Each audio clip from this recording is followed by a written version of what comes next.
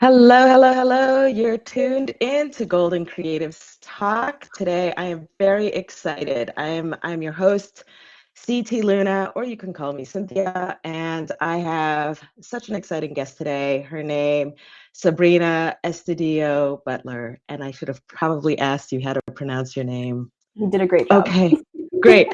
Awesome. Sabrina, she is the founder of Unpolished Words. She's a book coach and editor for ambitious BIPOC writers.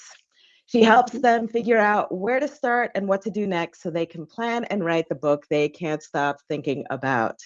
Her mission is to add more color to the bookshelves by helping Black, brown, and golden creatives, or as she says, other melanated writers, get clear on their ideas and confident in their writing skills so they can share their experiences, expertise, and stories with the world. And you can find out more about Sabrina and her work at her website, which is www.unpolishedwords.com. Sabrina, I'm so excited to have you here today. I'm excited to Wonderful. be here. Thank you so much for inviting me on.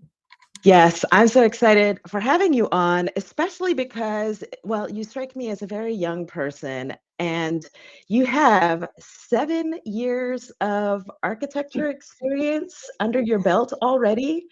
So, which I'm kind of like adding on to a certain number of years of college.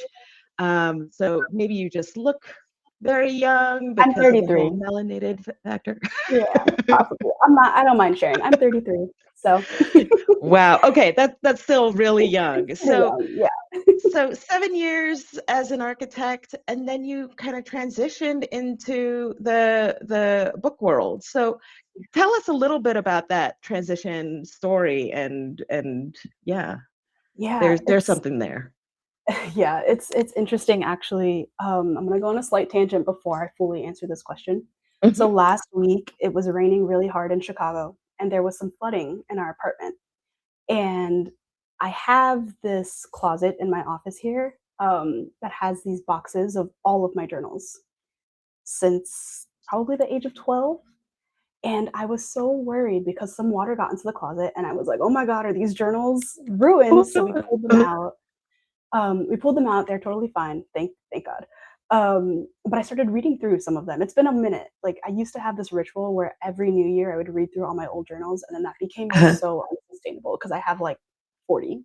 So that's not a thing to do anymore. But I was reading through, just like picking random ones, and I found the journal I started right after I graduated. So I got my first like big girl job or whatever before graduation. It was in a suburb of Chicago, and I was excited because graduating, getting a job in your field, it's like this is literally what I've been spending Just the most of my dream. time. Yeah, like it was a 5 year architecture program that I went through, so it was a whole thing. But I have this joke that I normally tell when I tell this transition story, that I knew within 6 months that I didn't want to work at my job. I was not feeling it. I read through those journals and CT. Day two, day two, I was like, I don't think I like this. And I just kept going for 7 years. 47 So years. yeah, there's probably a lot to unpack there, like conditioning, right? Yeah. When I was a little girl, I wanted to be a writer. I was like, this is, I Yeah. love books. I want to write. And my mom was like, okay, but what about money? How about we do Writers don't eat. journalism? Exactly. So she was like, well, how about we do journalism? And I said, okay, cool. And I think I took like, I don't know, an elective or something, some sort of intro to journalism type thing. And I just wasn't really feeling it. So I randomly came across an intro to architecture elective in middle school. My middle school was pretty cool for having those types of electives. And I was like, this is the thing. So when I was 12, I decided I want to be an architect. And then I spent the rest of my life pursuing that goal. Mhm. Obviously, day two of my job, I was like, this was a mistake. Um, but I felt kind of stuck. Like so Uh-huh. much money went into school. I had scholarships, but there were a lot of student loans.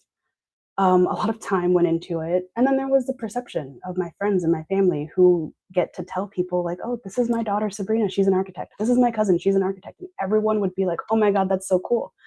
And that's kind of intoxicating in itself. It's like, oh, I have a cool career that people admire. So yeah, I think 2019-ish is when I got a little bit more serious about, okay, I cannot keep doing this. I was miserable. And it wasn't even the job. Like the job was fine. My boss was amazing. I love her. When I left, she was super supportive. But I was just searching like, okay, what can I do that is not this? At first it was other architecture jobs. Every time what can I do that is not this? I love it. Yeah, right? But every time I read another job description, I was like, no, I don't like this. So I think I found a random proofreading, like how to start a proofreading business course online. And that was my first thing. I said, okay, well, I'm going to do this. So I bought that course. I went through it in a few weeks. I passed the certification. And it wasn't through like the Editorial Freelancers Association or ACES or anything like super credible. It was just a random course by a person who was a proofreader. But that was my like, I came into the door. I stepped into the world and I said, okay, this feels like there's no barrier to entry. So let's do this. And the reason I gravitated towards that was because it was books. It was writing. It's like, that's always what I wanted to be working with. And writing a book was not going to immediately make me money. So, yeah, I started off with proofreading. I was still working my architecture job when I did all of that. I very quickly shifted into copy editing. And in 2022, February, this is a long story. That's fine. I'm riveted. In February of 2022, we had our like annual self-review or evaluations or whatever. And the way that it worked was we filled out the form and then you like turn it into to like your supervisor and your boss, and you have a meeting about it and you just like go through how you're doing. So I filled it out, everything except for what is your, like, where do you see yourself in 3 years? And I didn't answer it because I was like, not here, but I can't say that. So I left it blank. And then in the meeting, my boss asked me, so I noticed you didn't answer this question. Like, can we talk about it? Like, where do you see yourself in 3 years? So I just start rambling. And I'm talking about wanting to work in more community-based architecture, which was true at the time. Like, I always thought I wanted my own firm. I wanted to do more like affordable housing projects and just things like that. So that's kind of what I was rambling on about. And she cut me off because clearly I was just going off on, I don't know. Riffing. Yeah. She cuts me off and she's like, let me tell you my 3-year plan. So in 3 years, I'd like to retire and I would like to leave the firm to you and 2 other people to manage. And I was 27, 28, 29, I don't know. Like, to be managing a whole architecture firm, and it was a small firm, but still, like, that's an amazing opportunity.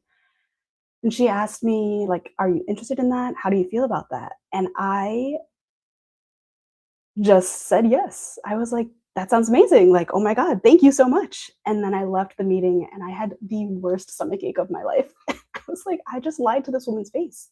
I don't want this. And I sat on it for a few days. And I probably like a week later, I don't even know if I lasted a week.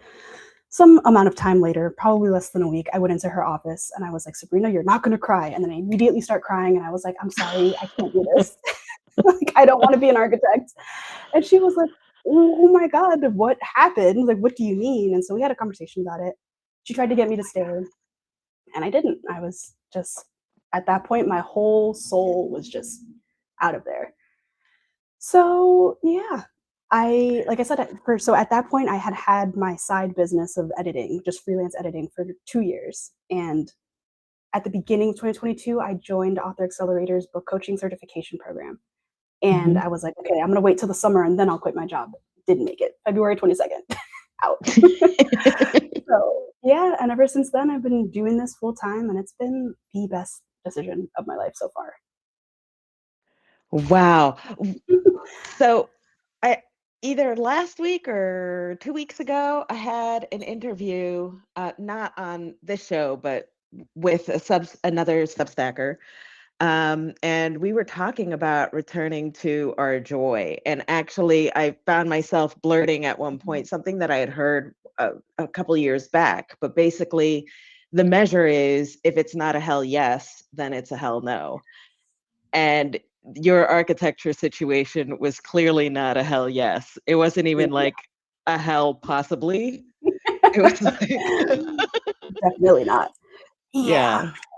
Oh my God. But it says a lot though that you were working with a person that you could really be open and honest with, and that Yeah. you knew that you could, because I do think this is maybe more of a problem with my generation than with your generation or the generations after mine, which is, going back to the conditioning topic, it's really hard to, and I'm spending lots of money with a therapist, just kind of like figuring out what I want and being okay with it when it's like, I want blank, right? So I want to be a writer, or I want to get into, the book industry.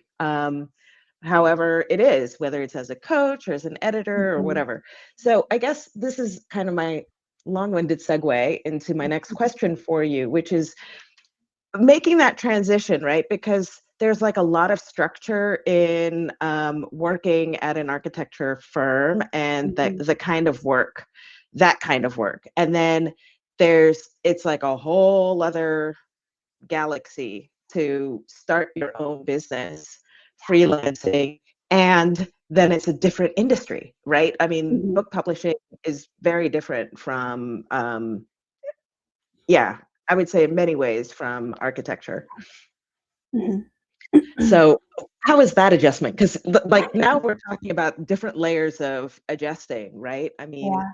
you're being your own boss, and yet your clients are kind of turning into your boss. And Mhm. It was weird. In one word, it was weird. I felt very free at first. It was kinda like, I don't know, summer break. Like, you leave and it's Mhm. just like, I have no cares in the world. And at the time, my husband was working at a corporate job, so he was making enough for the both of us. So I truly had no cares in the world at the time. Right. He ended up quitting later that year and doing his own thing too. So we were just I've been inspired by you. basically, yeah. So, but it was a huge learning curve. I was also thankfully in therapy, so I had a little support during the transition. Um, and I just spent a lot of time spent a lot of time figuring out what I wanted my life to look like. Mhm. And it's not like now, it's not the same as it was 4 years ago, obviously. I feel like that's Mhm. true for most people. We evolve. But there was just so much I didn't really know about myself, I guess, that I just wasn't aware of. Mhm. That's one of the things, like, having a business, I think, is just one of the things in life that makes you figure out who you are, makes you Yeah. grow in so many ways. And, um, I also feel like my transition was softened because a couple of months after I left, I actually ended up contracting with my old architecture firm. She still needed someone to work on this one client that was, like, my client. So she was like, "Would you consider basically freelancing for us?" And I was like, "Yeah, that's Mhm. fine." It was, like, maybe 10 hours a week, maybe, and I was making more money. Mhm. So I was like, "Sure, let's do that." So I still had, like, the security blanket Nice. of architecture. And as I say that, um, it softened the transition in a security kind of way because, like, okay, Mhm. there's still somewhat steady money coming in, but it also made when it came time to fully break, it made it so much harder because my Mhm. entire life up until that point, I had this identity of I am an architect. And that's just how I saw myself. And so Right. once I left, it was like, who am I? What I don't know how to relate to myself anymore. And it took so long for me to stop introducing myself as, I used to be an architect, but now I'm a book coach. Right. No, now I'm just a book coach. Like, no one cares. This was however long ago. So yeah, there were a lot of different layers, I think, to the transition that just took some time to settle. There's so much in your response that I want to unpack, but I'm going to stick to the whole architecture thing before getting to your now life. But maybe this is even a transition kind of question, right? So architecture, it's all about like the bones of building, Mm. right? So now, like, did you feel like there were any principles of learning and understanding in your architectural education and professional? I mean, 7 years, that's significant, Yeah. right? Did you feel like there were any strong influences in terms of how you coach writers? And I'm assuming they're at several different levels. Mhm. How you coach writers who are bringing their manuscripts or their ideas to you and getting them sort of on track towards publication. Yeah. So I'd say that like there are two that kind of stick out in my mind. One is the ability, like as an architect, you have to be able to see the big picture and the small details. Literally in a Mhm. set of construction drawings, you have everything from the actual floor plans to elevations of the entire building down to details of like, when I cut through the wall, these are the materials in this order that need to be in there to like make it stand up and insulate the building and all those things. So Mm. that ability to very easily go between big picture, small, has been so beneficial because Mm. a book is those things. And as an editor, I think it also helped that I started out with proofreading and copy editing because I was like, okay, these are the tiniest details, the little things.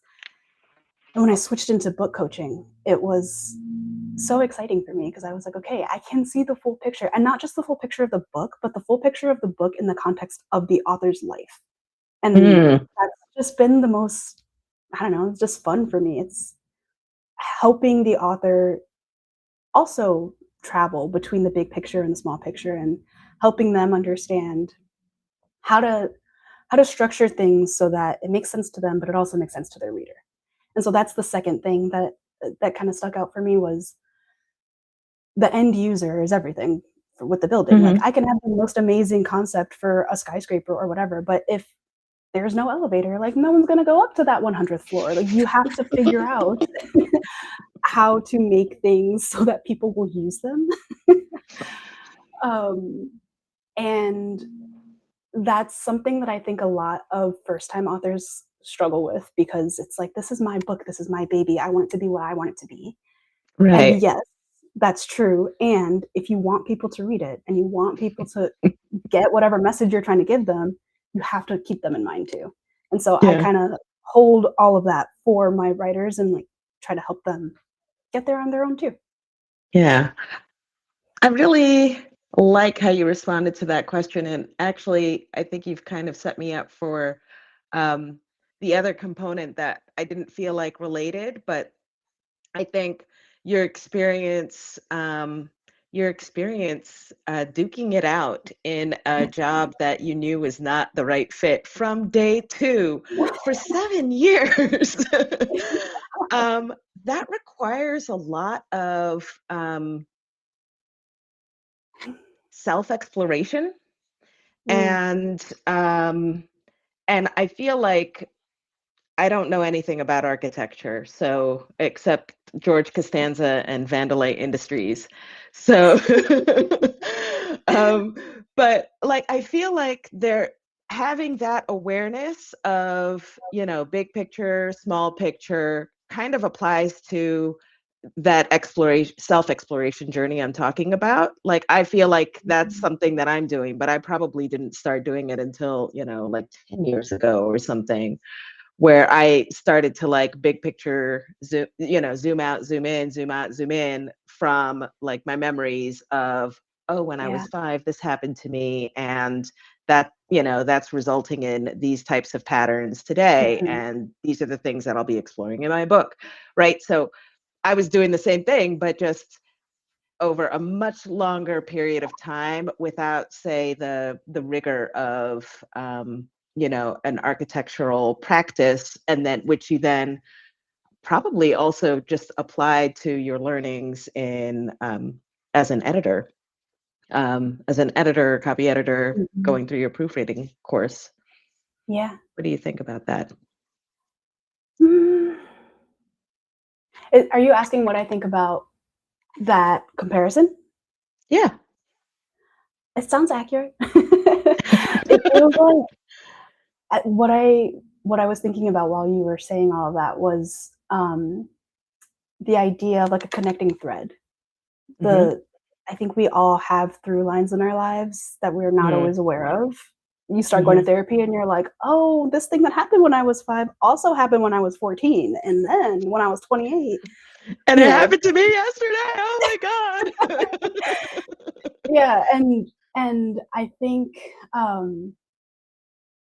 it probably doesn't show up as much in in I don't want that feels like a blanket statement to say it doesn't show up as much in architecture. There's lots of different types of design and lots of Mm, different strategies and approaches. And I think there are some people who have a way more artistic and narrative approach with their designs. mm, The firm I was working in, we did commercial renovations. So it was a lot of like medical offices and dental offices and nail salons and just like stuff you'd see in a strip mall or like a random place. mhm, Um, and it didn't feel like there was a whole lot of thread finding or storytelling narratives. Like some of that stuff that maybe I experienced in architecture school didn't really translate to the actual career, mhm, but I knew it existed and I had experienced it mhm. before. And yeah, all that to say, I do think it's an accurate comparison. In my professional career, it didn't feel like uh, that deep, I guess. Right, as an architect. As an architect, yeah. So now that you're a BIPOC coach, I guess my question is, um, what do you think is like, I don't want to call it a common structural flaw that you see in the clients that are Mhm, approaching you? Like, maybe I'll say with the inexperienced or the, first mhm. time book writing clients that approach Yeah. you. I'd say the most common thing that we'll say first time writers struggle with is wanting to tell their entire story. Yeah. Whether they're writing a memoir or not, their story just kind of finds its way into whatever they're writing, which is beautiful, honestly. Like that's part of why we write, in my opinion, to Hmm. figure ourselves out, to figure out the world, to figure out other people. Um, but that's just not practical. Back Right. to like the reader, do they really need an autobiography from you? Probably not. Right. Right. But if we can examine ourselves in a way that we draw meaning from everything, but if we can like find a time period or like one specific thread that Hmm. connects different time periods, like exploring the zooming in. I guess this goes back to the big picture and the small picture. It's too much big picture. That's the Hmm. thing. It's like let's just give everything all at once. Hmm. Yeah. So, okay, your brand is Unpolished Words. Yeah. Um, and for BIPOC authors who might feel that their story is too much, or even for you as a coach where you feel like it's too much or too messy, how do you use that unpolished energy to help them build more powerful narratives? And actually, I would like for you to really consider the Black and brown Mhm. creatives that you work with versus, let's say,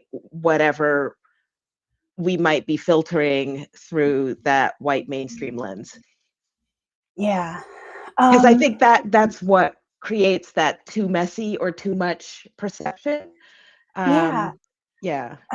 I mean, that's what it is. I feel like so many of us have just gone through our entire lives being told that we are too much, too messy, not having space. Honestly, sometimes even in our own families, not having space to just fully express ourselves. Mm. And the unpolished, fun fact, my business was originally called Polished Words. And it made sense True being a convictions, folks. You heard it here yeah, first. like being a proofreader, copy editor, I was like, oh, this makes sense. I'm polishing your words. But I rebranded, I think back in 2023. And I sat with, why don't I like polished words? Unpolished is such a small, it's literally just 2 more letters, but it's literally the opposite. And it felt like permission. The unpolished part of my brand is me trying to let people know that it is okay to be unpolished. It is okay to just show up. It's okay to start off writing your entire life story. We can figure out where the narrative is within that. But permission to be unpolished is just not something we are given. It's also part of the reason before we started the live stream, we were talking about like I'm anti-professional. Like I show up to meetings in hoodies and hair up in a bun, and like I just don't have the desire to perform for other people. Yeah. And I think that's something that Black and brown people in general, but especially Black and brown writers, feel the need to do, perform. They need to there's actually a lot of my clients, we've had many conversations about just write how you are talking. Tell me the story, dictate it if you have to. Like stop trying to sound like you're writing a LinkedIn post or an essay for school. This is not that. This is different. Or a year-end performance self-assessment, right? Yeah, exactly. Yeah, and it's hard. It's sometimes it takes a while to just for people to get comfortable with their own voice. It's like we can have the conversations and they're like, I know what I sound like, but when I try to write, it just won't come out that way. And I'm like, all right, then we got to figure out a different way to get it out of you. But yeah, that's just at its core, it's expression. And that's what feels scary because it's vulnerable. Yeah. We are now entering some really interesting territory because I did see something on your site. You mentioned something about the classics of tomorrow, that you're working with clients to develop the classics of tomorrow.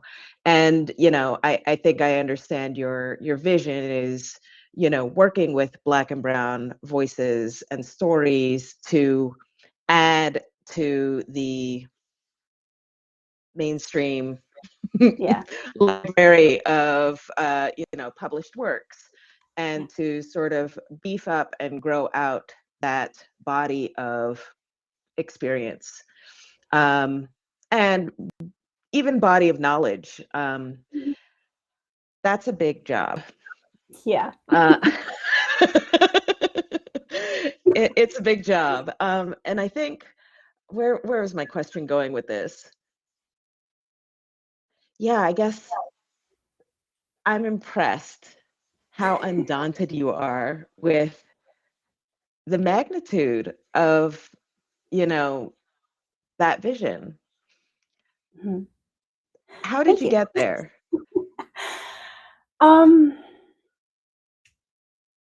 I got there by reflecting on mostly my educational experiences. There are already classics by Black and brown writers. Yes. And sometimes when this topic comes up, whether in conversation or just in my brain, I wonder, am I saying the right thing? Because I'm not trying to discount what is already there. Yeah. But when I think about, so I went to high school, I went to a private school on a scholarship, and it was a majority white school. and not just majority white, but like rich white kids, which felt so foreign to me. And then I went to Carnegie Mellon for college, and it was diverse, but like still white people everywhere all the time. And specifically in high school, I guess more so in high school, like I think back to my English classes, and like the very first book we had to read for freshman English was Catcher in the Rye. And then we also read The Great Gatsby, and we also read like I can't even remember right now, but like those are the classics that we are told are the classics, and we need to read these things because these are great, amazing writers, and they're masters, and they're this and that. And it just pissed me off. Like I was just so tired of it. And then at CMU, not literature related, but in architecture, like my program was mostly white people too, and all of our professors were white, maybe except for a few, but I felt so other and just so not cared about, I guess, and received the message over and over again that I was not enough. And so when I think about helping authors get their stories into the world so that we can have more classical works by us, it's because there just aren't enough. I don't think there will ever be enough because there's such a wide, white authors got such a head start. Yeah. And so I don't know that this dream of mine is ever really going to be like truly fulfilled. But I also don't think that matters. I feel like the pursuit of it is enough. I agree. And I guess part of my question and also some of the reflection you've also spurred in responding to this, I know it was a meaty question, is about the classics and the definition of classics. And I think I'm not really sure even if, I don't know if they had a head start in terms of the production of classics, but they've definitely had the hand in defining what is a classic. And right, and kind of saying like this is the model of what is a strong foundation. And I'm sure that there's some truth to that model, but it's not like the only truth, right? So back to your architectural, like you have to know that like for a wall to be standing, it's got to have this and this layer, right? And it's like, same goes for story. Like you have to have this structure, whether it's 3 acts or 5 acts, like there has to be an appropriate build up and then kind of wind down. Even if it's a sharp wind down, it still has to kind of follow. I don't want to say formula, but it's the only word that's coming to mind.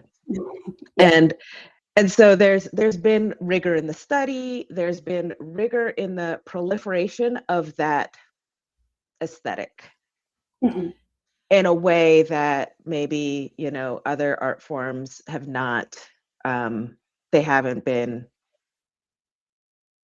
what's the word I'm looking for? That there hasn't been this,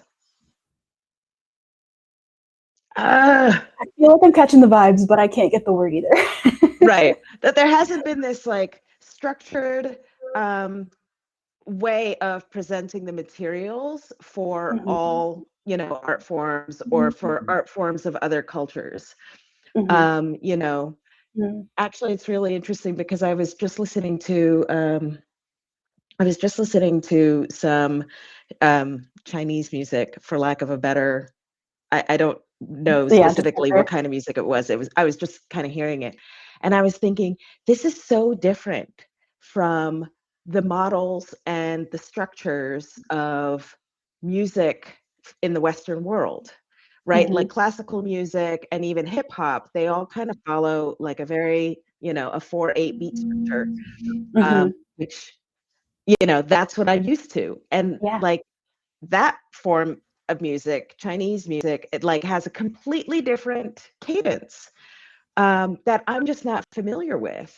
But mind you, China, like how many people? Lots, A lot. the Yeah. number of the US, right? Or maybe even more. So I guess all that to say, like it's a big job that you're Yeah. working on. Yeah. It's a big job. And I guess some of the job moves into partnering with your clients in terms of an exploration of identity and what signature they want to put into the body of literature Mm-hmm. that's their own. Yeah. I like the way you phrase that. I don't know how to respond though. I can kind of kick you off because I feel like you're potentially working with like the future Maya Angelou, the future Toni Morrison, the future James Baldwin, Mm-hmm. who actually all of their works are the study of identity. Yeah. I don't think I'm there yet.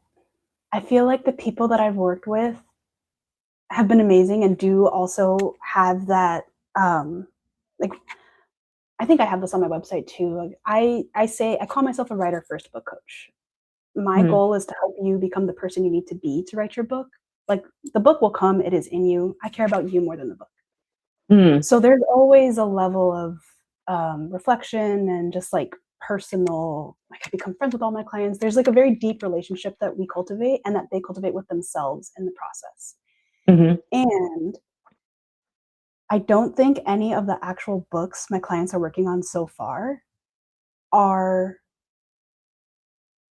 as explicitly exploring those topics. Mm, And so that's why I say I don't think I'm there yet. Um, and honestly, the idea of truly coaching someone who will be the next the next anyone mm-hmm. freaks me out a little bit. And that's probably just like imposter syndrome coming up. But it's also exciting and it's all I also don't want it to be, not that you're implying this, but I don't want it to sound like I think I'm doing this giant service to publishing and I'm the only one that can do this and I'm so important because I really just a facilitator, not just, but I am a facilitator. I am Mm-hmm. someone who cares about this work and is still learning. And I don't think I'll ever Yeah. stop learning how to do it. Yeah. I don't think you'll ever stop learning either. And I'm lifting you up and I'm giving you flowers because Thank I you. I just think it's a really important thing that you're doing. Even if it is just, black chicklet, right? Like I know it might not It's all be, important. Yeah. right, but I it's still important. Yeah. It is. Yeah. And I mean the topics that my clients write about. So I work with fiction and nonfiction clients. Hmm. One of my nonfiction clients, she actually is wrapping up her manuscript right now to send to her publisher. It's a prescriptive nonfiction book. It's about college admissions, but it's not just like how to get your kid into college. It's how to get your kid into college without them losing themselves, leaning into their Hmm. authenticity, and a little bit of analysis of like this is how capitalism, the patriarchy, and white supremacy are affecting college admissions, and this is why you need to know it so that we can navigate these systems. So it's like those are really big heavy topics, Dang girl, yeah. but so like there's that. And then I have a client who is I'm like, which client do I want to talk about now? On the fiction side of things, like there's a client who's writing a book that is exploring independence and community, and like do you have to forego community and connection in order to like keep yourself safe and to like be independent and do your own thing. Mm, um And so as I say these things, it's like, okay, yeah, no, we are covering all of the deeper things. Yeah. And it is just a matter of like, what is the format? Is it a chicklet? Is it self-help? Like, Mm-hmm. I don't know. I think that's also, you're making me think about how I am defining classic, because I'm like, do I actually have a definition for this? Because I think mine is still based on what I was taught, and Right. like it's got to be literary fiction, and it's got to. It's like, no, it doesn't. If it's exploring important topics on in like a very authentic and vulnerable way, like that counts. Yeah. Now that you mention it, I'm not sure I know exactly the definition of classic. I Yeah, think classic implies something enduring, yeah, that like can that is still applicable, decades, hmm, centuries later. yeah, Um, but obviously, and this is kind of to our earlier point about um, being in the position where you establish what that standard of endurance is, hmm, right? And this is, I think, part of the important work that you are doing, whether you sort of see it that way. And I mind you, I'm not expecting you to be like, right, client, we're doing some big work today. So like, no pressure. buckle up. Like, we're in this for the long haul, like we need another classic, damn it. Um, but I think I think it's important to, and if we are to do this work, and boy, I am now just kind of creative jam sessioning right now, but if we are to do this work and um, tell our stories as authentically as we can, that is the job, right? Yeah, Because if we're looking to do something that is enduring as maybe one of the measures of a hmm, classic, then we have to be as honest, not only in our voice but in our content, and then the delivery as well. yeah, And that's not easy because mhm, we've been code switching and we have, the enemy within our camps, right? We yeah. talked about like whether they knew it or not, right? Our parents were like, you want to be a what now? Like, do you want Yeah. to pay rent? Do you want to be independent? Or do you want to, like, are you Live in planning my to basement. be a diplomat? Like, Yeah. Yeah. That that authenticity. So every time the conversation around authenticity and voice comes up, I think of one specific client I've worked with. Her book just came oh, out April 3rd, so like earlier this month. It's a book of essays. It's called Grief, Hope, Baseball. And she was one of the I'm pretty sure we've talked about this publicly before, so I'm not like sharing anything I shouldn't be. But writing that book full of personal essays, she had never really done like creative writing in that way before. mm, Um, it was such a journey for her to just get the feelings out. Like I could tell, maybe all coaches are like this. I'm in human design, I'm a projector, and I just identify with that very strongly. I have this like piercing aura and sight. Like my intuition is super strong and I can just tell. I can read pages and be like, look, there is something in here that you're not sharing with us, and I don't know what it is, but you need to get it out. Like put it on the page, because what is this? Like this is surface level, we're not, this is doing nothing. So there we had a lot of conversations where she would write something and I'd be like, how did you actually feel? Like what can you use your words? Describe. And we got there eventually, and she is a better writer for it, but is also a better person for it. Like right. her ability to express herself has increased. Where was I going with all this? Oh, authenticity. So yeah, like the endurance of a classic, I think really does come from being able to describe yourself, the world, the people around you, and feelings in such an honest way that it becomes timeless. Like, Yeah. we can't write books for everyone. Like, your Yeah. audience cannot be everyone, but there are things that are just universal. If Yeah. you find a really beautiful way to describe the moon, I am going to understand that because I have also seen the moon. And maybe I Yeah. couldn't come up with those words, but I feel it. So I do think there's a level of simplicity in that. And like you said, it's not easy, but Mhm. I guess one of the criteria for a classic in my mind is very, very honest writing. Yeah. And there's the rub. Going specifically for BIPOC writers, especially aspiring authors or, Mhm.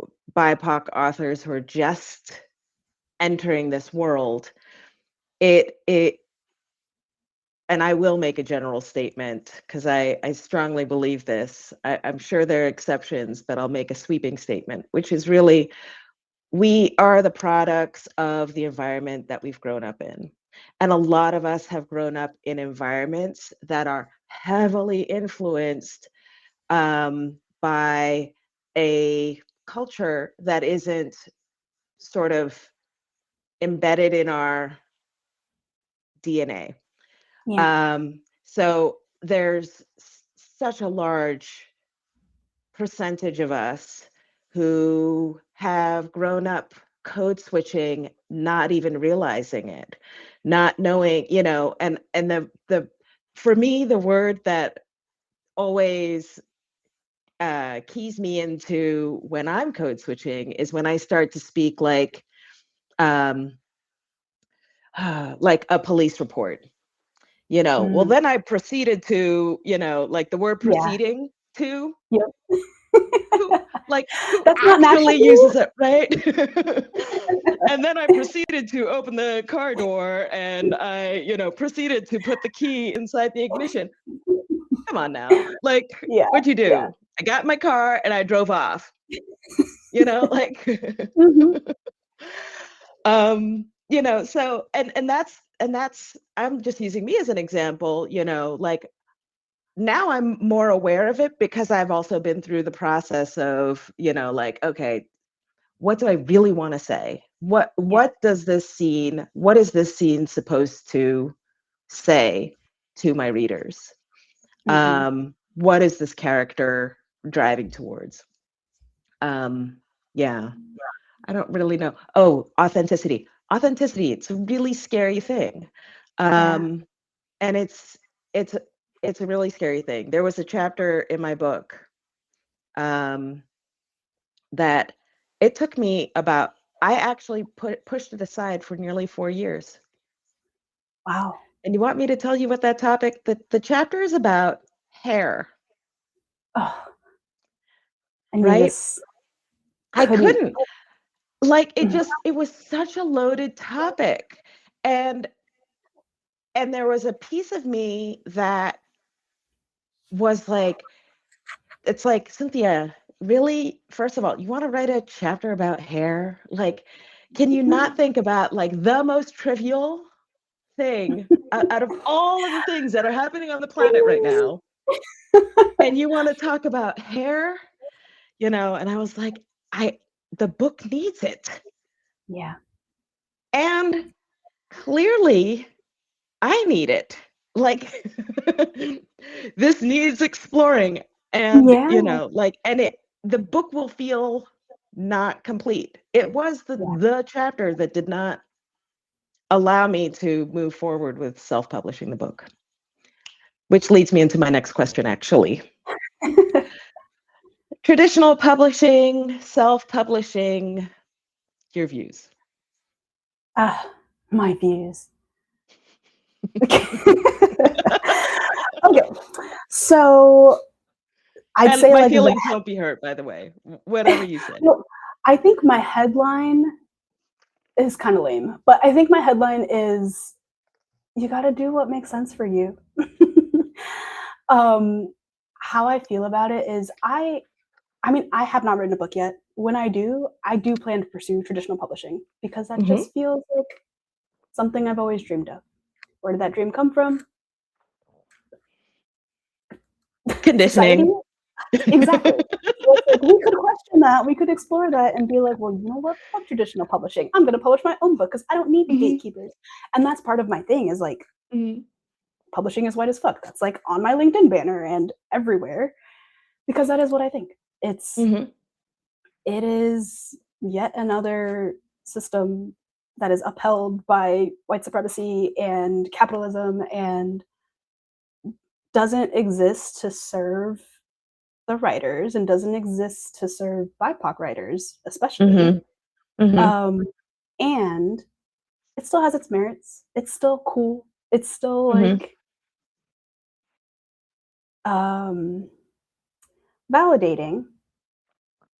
And then again, there's that whole other conversation about like, well, why do we need external validation? Do we need that? I don't know. So there's a lot to explore with traditional publishing. What I normally tell my authors is like, I give them the Jane Friedman graphic. She has like a key publishing paths that she does every year. And I'm like, I don't feel like explaining all this to you. And there's a lot. So here, just read through this blog post and like decide what feels good for you. So yeah, I never really advise people go one way or the other. When it comes to self-publishing, I think it's awesome. Like, it's expensive if you're doing a quality job, but it is so empowering to take control of your process when you're self-publishing. Like, you're going to write the book regardless, but like, you get final say on everything: the cover, the title, where you post it. Like, do you want to sell it on Amazon or not? Because maybe you hate Jeff Bezos. Like, you just retain so much of that control and your power.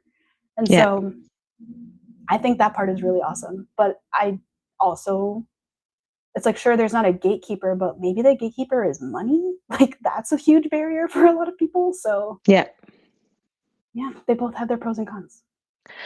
They both do have their pros and cons. And thank you for mentioning. I mean, even traditional publishing can be an investment.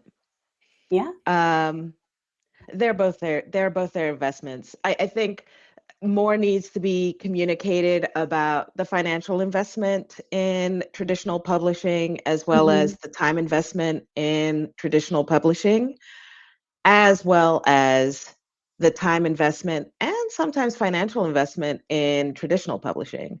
I think there's still a lot of, actually, I would say across the industry, there's still a lot of like smoke and mirrors. And, you're right about Jane Friedman's.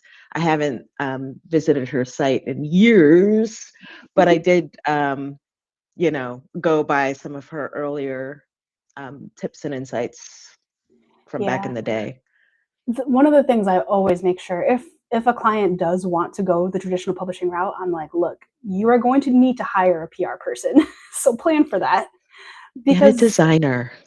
And just like, people are, yes, they are paying you money, hopefully, and like, they're invested in your project, but there are so many other authors they're working with. And at the end of the day, like, you're probably not their top priority. So like, you still got to take care of yourself. So I do always give that disclaimer of like, you may think this is all I do is write the book and they do everything else. And it's like, no, that's not accurate. Yeah. I like that advice as well about get a PR person. It's really funny because I did decide to self-publish, and I went, through all of that. And the funny thing is, I really kind of, once I had decided, okay, I'm doing this and I'm going to release the book, it only dawned on me after, like, really at the day after I decided to self-publish, and I had already started to, go public. I was like, oh, I need to promote this. Yeah. Like, I really didn't think about that. Yeah. Books are business. And They are. I don't think a lot of people like to look at it that way, but like, if you're trying to sell books, like you got to market them and you have to treat it like a business. And that's not Yeah. fun. Unless you're Yeah. a nerd like I am. I loved building my business. I'm still like, I have a business coach and I'm a nerd for that. So when the time comes, I will definitely be treating my book like a business, but that does not come naturally to a lot of people.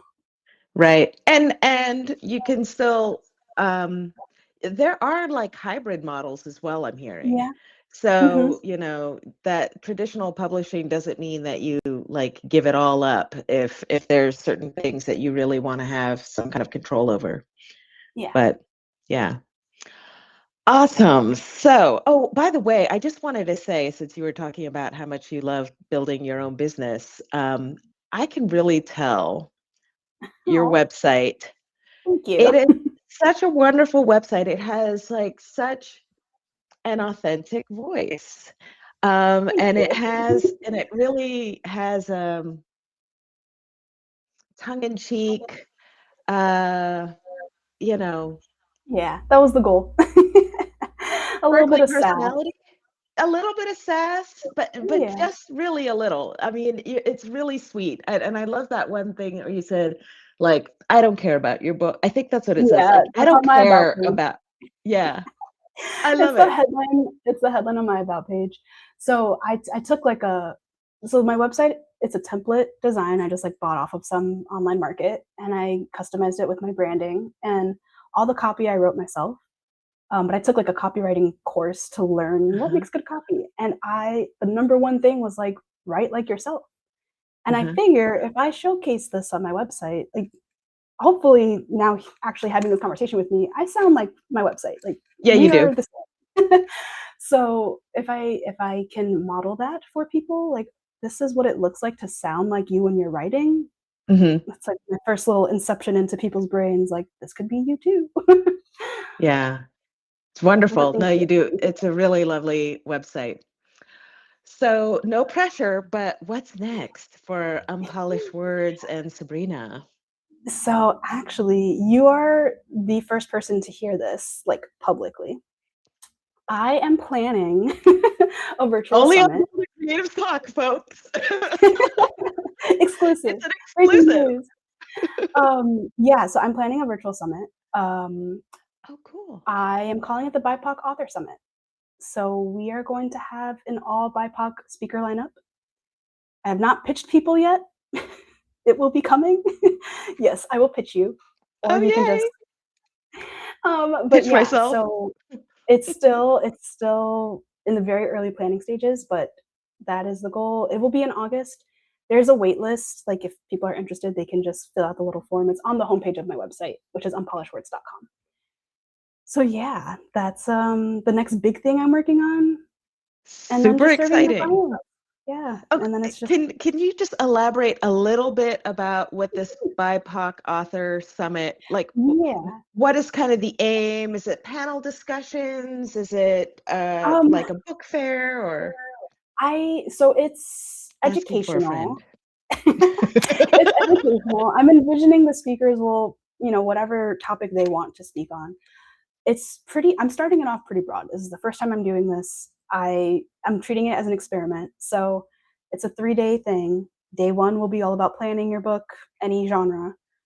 Day 2 is all about the actual writing, revising, all that. And then Mhm. day 3 is publishing focused. So the idea, I haven't thought about panels because moderating a panel kind of, I don't know if I want to do that.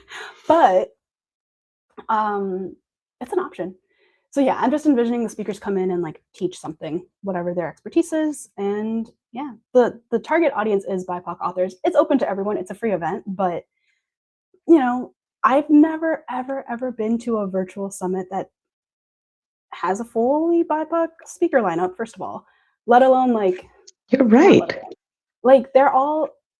I've spoken at a few where it's like I'm honored to be asked, like invited to speak at this, and it was a great experience for the ones that I've done. But I'm one of like I don't know 5 or 6 people of color on the speaker page, and it's just Yeah, annoying. Like I'm just tired of it. So right. I said, okay, well then I'm gonna create the opposite.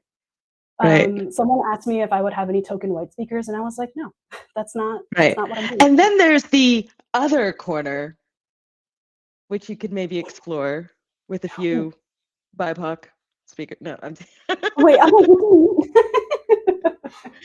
no, but that's usually how like a lot of these conferences are, right? It's always Yeah. like we'll be talking about this, that, or whatever, or there will also be an other section Yeah, where you can exactly. meet the two people that we dug up, you know. Yeah. So I honestly struggled a little bit in conceptualizing all of this because it's like I'm not expecting anyone to teach something that's necessarily like writing education doesn't change just because we're not white.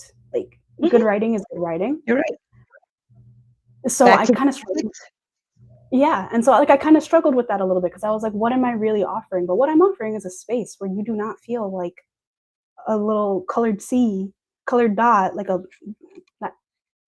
I'm regretting using the word colored, but you know what I mean. Like Mhm. I was tired of being in Zoom rooms where I am the little dot of brown, and Right. like it's just not a good experience.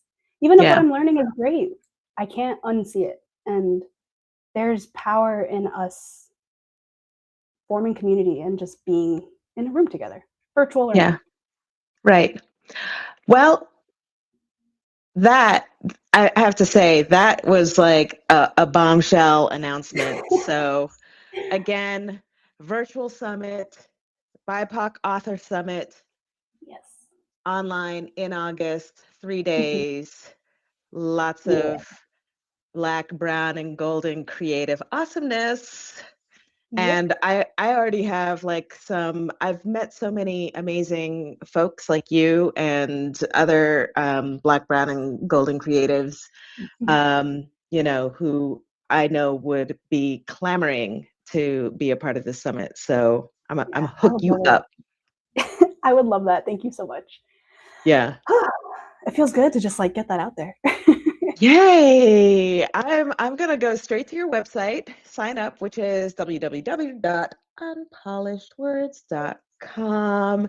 Her form is on her homepage. So Yep. before you get distracted by the wonderful copy on all of the other pages, sign up to get on the wait list for the BIPOC Author Summit in August, virtual summit. And it's free. Hello. And it's free. Yeah, Yeah. yeah. Awesome. Okay, so is that where Black, brown, golden creatives can reach out to you to get started on their narrative authority, or are you on a hold, Yeah. or what's that process going to look So like? I take private clients. I do have a wait list at the moment. The private client roster is full, but a couple of spots should be opening up within the next few months. So yeah, there's like a book coaching page on my website. People can go there to learn more about what my actual packages are and how to work together. And then there's just a contact form on my website to fill out. Mm-hmm. Unless if you want to be coached, it is a wait list. But yeah, that's pretty much it. I also do editing projects still. So if Okay. you're like an indie author and want some copy editing, a manuscript evaluation, those are both things that I offer. And yeah, the other place you can Yeah. find me is on socials. Like if you ever just want to chat, DMing me on Instagram is probably the best way. And my Instagram is at unpolished.words. Okay, that's easy to remember. Yeah. Awesome. Well, you've heard it all here today, folks. Thank you so much, Sabrina Estudillo Butler, for joining us today. And I'll see you next week. I have an awesome guest next week, and her name is Melly D. And she has an amazing podcast as well. So we'll find out more from her. But for the moment, thank you so much, Sabrina. Really looking forward to your BIPOC Author Summit in August. We will stay in touch. Thank you, CT. This has been a pleasure. Probably my favorite podcast experience so far. So thank you. You heard that here, folks. Ciao for now. Bye.